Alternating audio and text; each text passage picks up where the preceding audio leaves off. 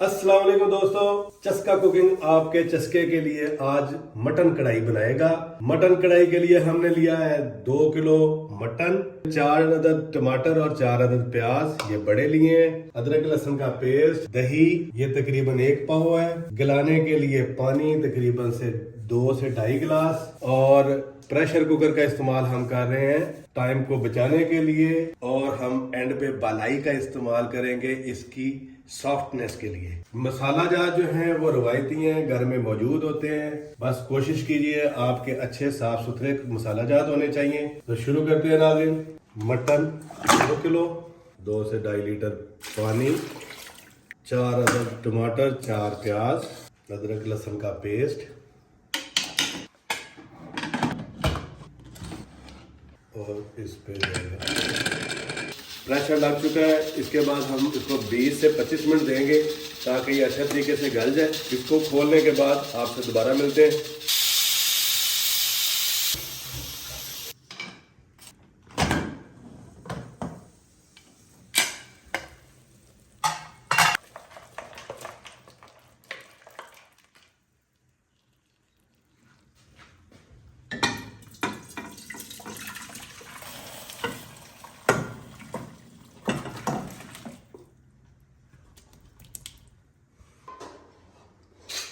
लीजिए नाज़रीन, हमने इसको निकाल लिया है।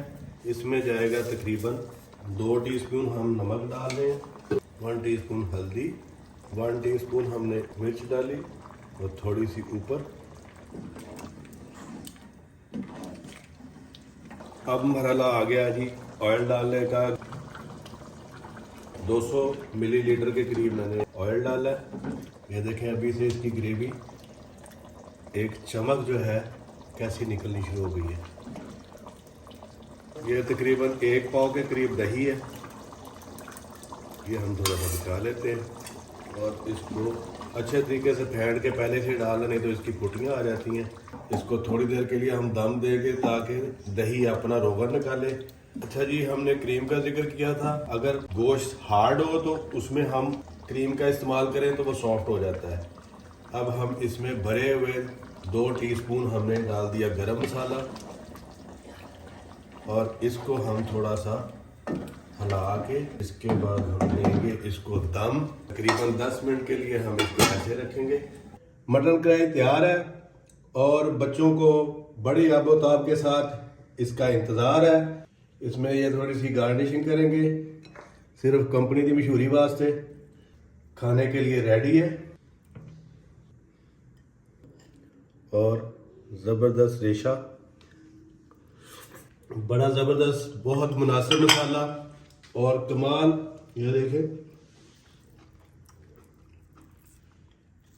ये देखें बड़े आराम से टूट रही है। दोस्तों रेसिपी जरूर ट्राई कीजिएगा और कमेंट में हमें लाजमी बताइएगा आपको ये रेसिपी कैसी लगी। नई रेसिपी के साथ दोबारा हाजिर होंगे, तब तक के लिए इजाजत दीजिए। अल्लाह हाफिज, अल्लाह निगहबान।